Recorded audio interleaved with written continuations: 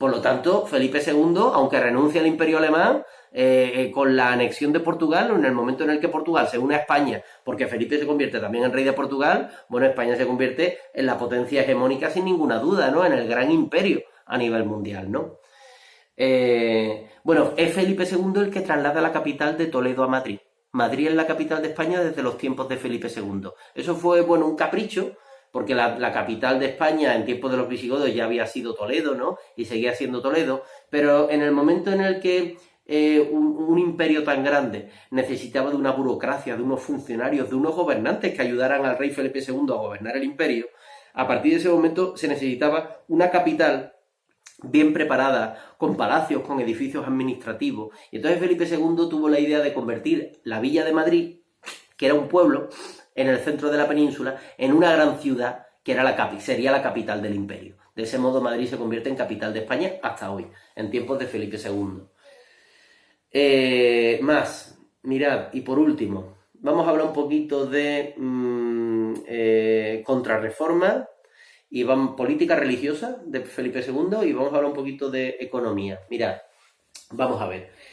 Felipe II era un hombre muy obsesionado con la idea de que la cristiandad tenía que estar unida en torno a la fe católica. Felipe II era muy piadoso, muy católico, y además tenía unas ideas ultracatólicas. Estaba muy convencido de que España y la cristiandad, Europa entera, tenía que estar unida en torno a la fe católica. Entonces Felipe II en España potenció el poder de la Inquisición. Recordad que la Inquisición formaba parte del Estado español, era el Consejo de la Inquisición.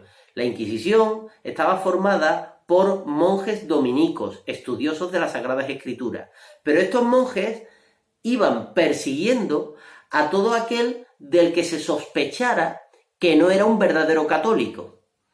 Por lo tanto, en los tiempos de Felipe II, la Inquisición española reprime con mucha crueldad a todos aquellos que se considera o que no son católicos, o que a lo mejor son católicos, pero están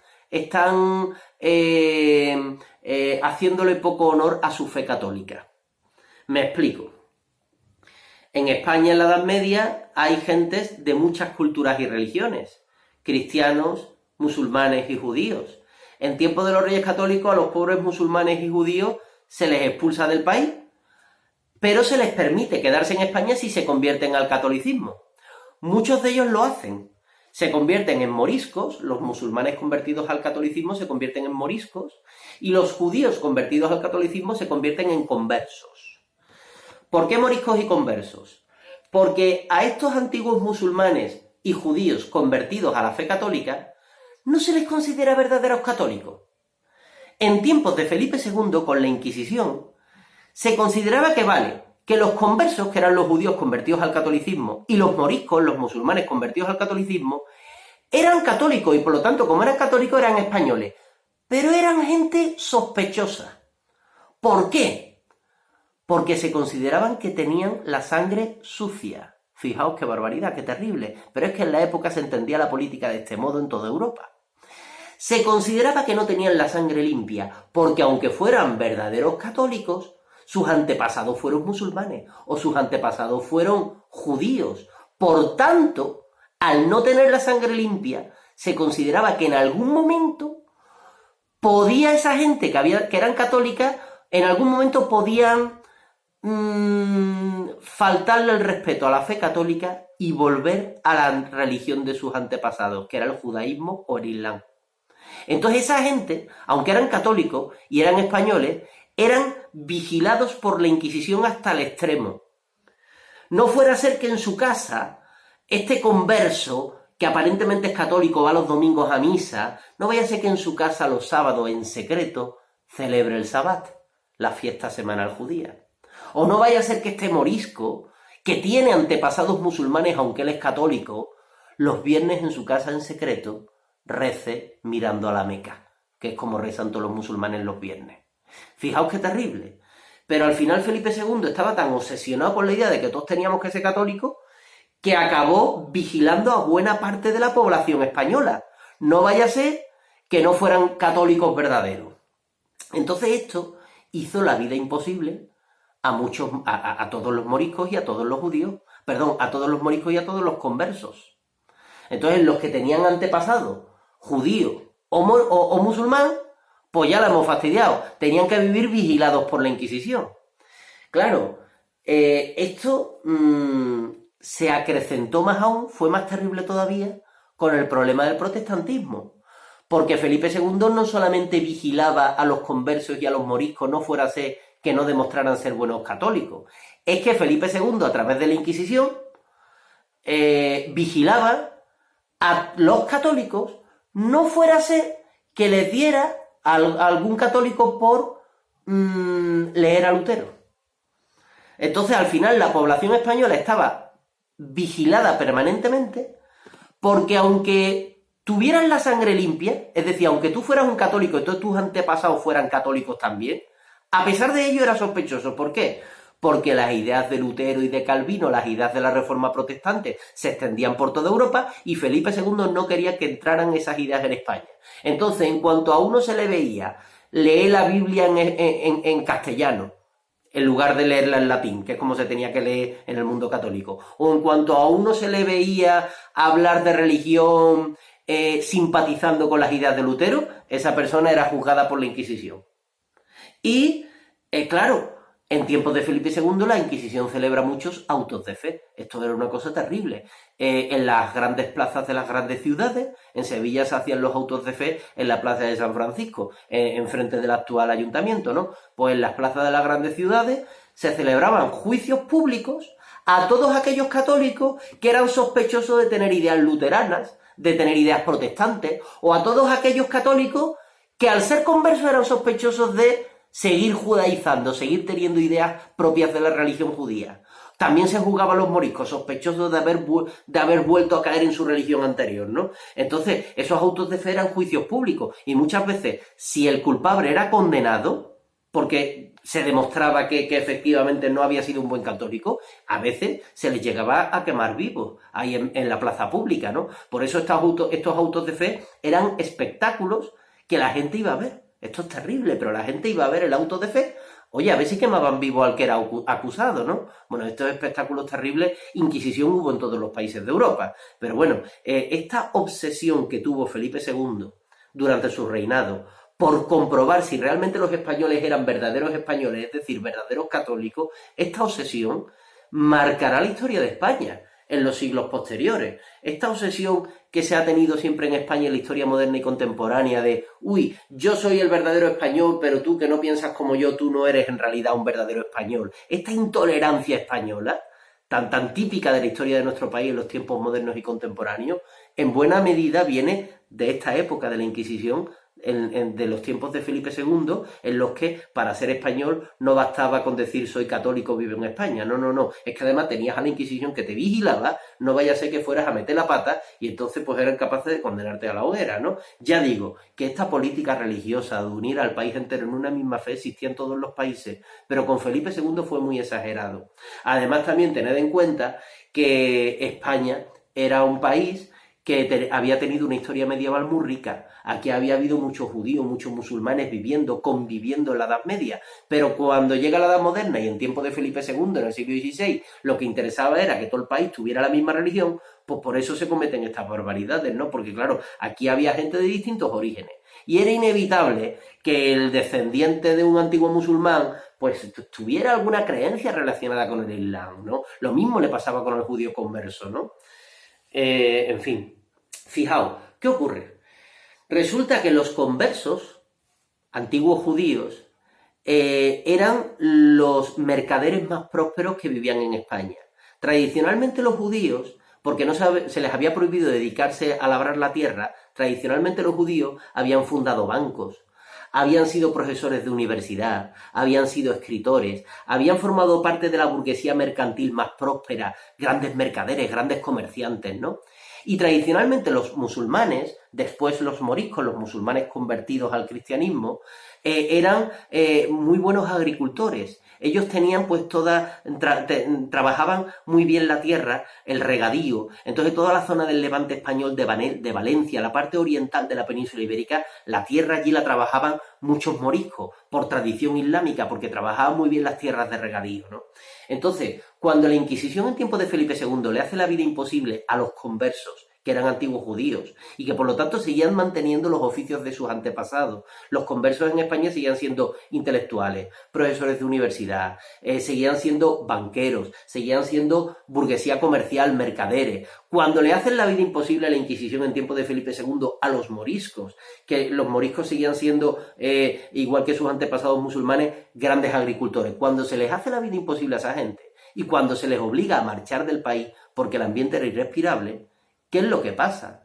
Que perdemos a quienes mejor trabajan la tierra, que son los moriscos, y perdemos a lo mejor de nuestra burguesía mercantil y financiera. Los dueños de los bancos en España son judeoconversos, y cuando un judeoconverso no puede más con la Inquisición y se va del país, desaparece un banco en España. Y cuando un judeoconverso no puede más con la Inquisición y se va de España y resulta que tiene un negocio porque es un gran comerciante, un gran mercader, pues desaparece un gran negocio en España. Entonces, en el momento del nacimiento de la economía capitalista a nivel mundial, que es el siglo XVI, que es un momento clave en la historia universal, España, debido a esa política intolerante en lo religioso, pierde a lo mejor de su burguesía financiera, a los mejores banqueros que teníamos, pierde a lo mejor de su burguesía mercantil, a los mejores comerciantes que teníamos, pierde a lo mejor de su burguesía agrícola, ¿no? De los pequeños propietarios agrícolas como los moriscos que trabajaban en el regadío en el Levante, ¿no? Entonces esto influyó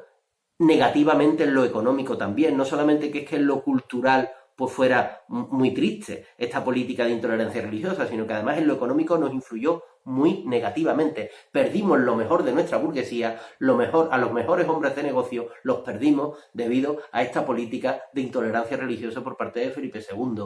Fijaos hasta dónde llegaba la cosa. Felipe II llegó a prohibir. Las mejores universidades del mundo estaban en España a principios del siglo XVI. La Universidad de Salamanca, junto con la Sorbona en París, junto con la Universidad de Oxford en Inglaterra o junto con la Universidad de Bolonia en Italia, la Universidad de Salamanca era de las mejores del mundo. Bueno, pues en tiempos de Felipe II se prohíbe a los estudiantes de las universidades españolas ir como estudiantes visitantes a otras universidades europeas. ¿Por qué? Por miedo a que en esas visitas a otras universidades europeas les convenzan de hacerse protestantes.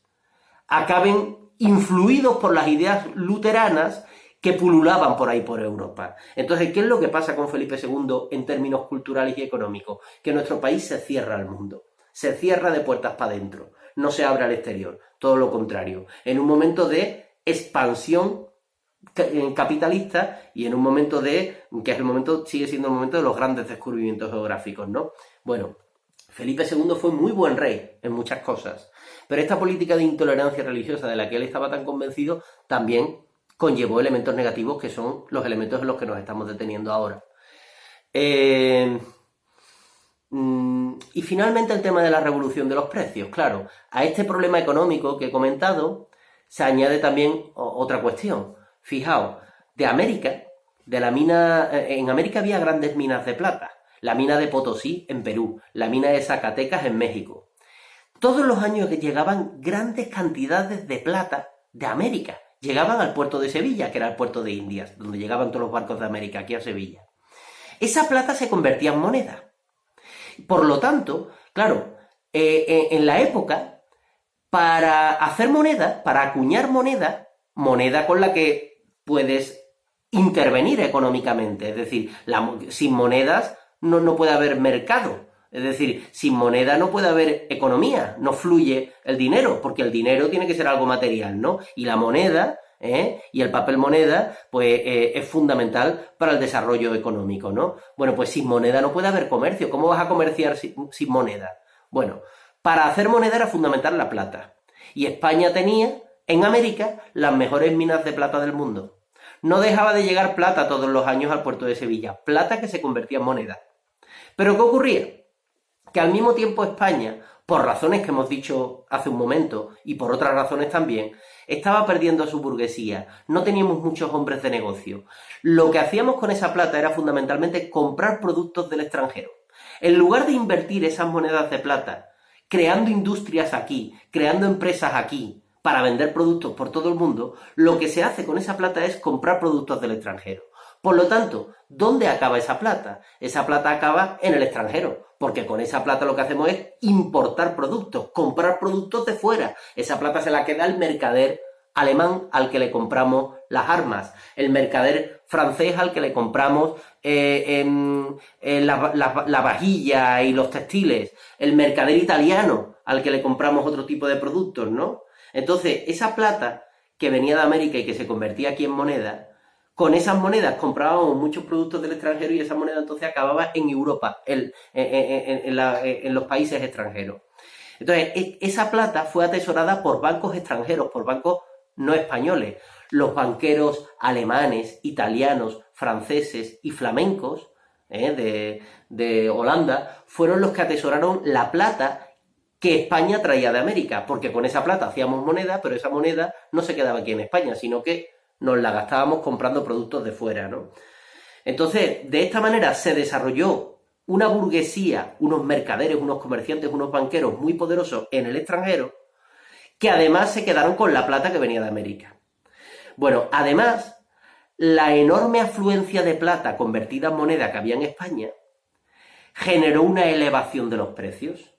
Cuando una economía sufre una elevación generalizada de precios, eso se llama inflación. Cuanto más dinero circula en una economía, más suben los precios. Esto es una regla económica básica. Cuanto más dinero fluye en una economía, cuanta más moneda creas, más se elevan los precios, porque al fluir más el dinero, el mercader dice, uy, pues la barra de pan no la tengo por qué vender por 2 maravedíes, la puedo vender por 3. Y así es como de manera generalizada van subiendo los precios de todos los productos. Entonces, en España lo que se produjo desde mediados del siglo XVI hasta mediados del siglo XVII fue una terrible crisis inflacionaria, una inflación que elevó los precios de todos los productos del mercado español. Esto es lo que llamamos la revolución de los precios.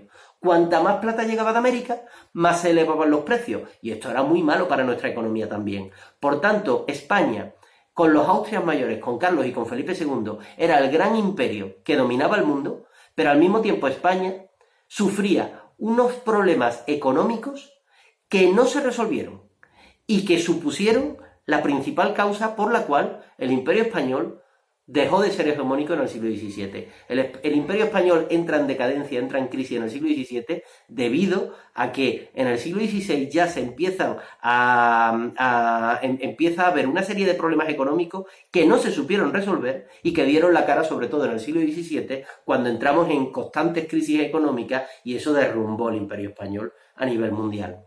Bien, de todas formas, muchos de estos problemas económicos que tuvo el Imperio Español desde el siglo XVI, muchos de estos problemas podrían haberse evitado. Por ejemplo, con un poquito más de tolerancia religiosa, no se nos habrían ido gran parte de la burguesía mercantil y de la burguesía financiera.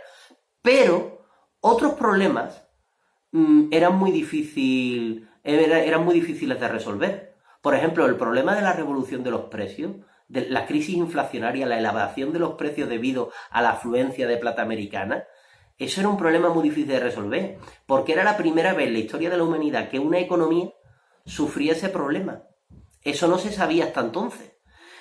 Había grandes economistas españoles, como por ejemplo los dominicos de la Escuela de Salamanca, Azpilicueta, que se convierte en uno de los grandes economistas de la Edad Moderna, y era un español, un catedrático de Salamanca, y él se comió la cabeza durante mucho tiempo a ver cómo podíamos resolver el problema para evitar que se elevaran tanto los precios. Y no supo dar con la tecla, no supo dar con la solución. Es decir, que muchos de los problemas que sufría el Imperio Español y que supusieron la causa de su derrumbe en el siglo XVII, muchos de esos problemas eran irresolubles, no se podían resolver, porque era la primera vez que la humanidad, las economías se enfrentaban a esos problemas, a problemas de ese tipo. El Imperio Español era demasiado grande para ser gestionado con los recursos intelectuales y materiales del siglo XVI y del siglo XVII, ¿no? Entonces, en buena medida, esos problemas no se pudieron resolver. Y en otra medida, bueno, sí que es verdad que hay problemas que planteando otro tipo de políticas, sí que esos problemas se habrían evitado, ¿no? Pero bueno, esto es, en síntesis, el conjunto de elementos más importantes de la época de los Austrias mayores, Carlos I de España, V de Alemania y Felipe II, los reyes que gobernaron el Imperio Español durante el siglo XVI. Estoy a vuestra disposición para cualquier duda que tengáis. Un saludo.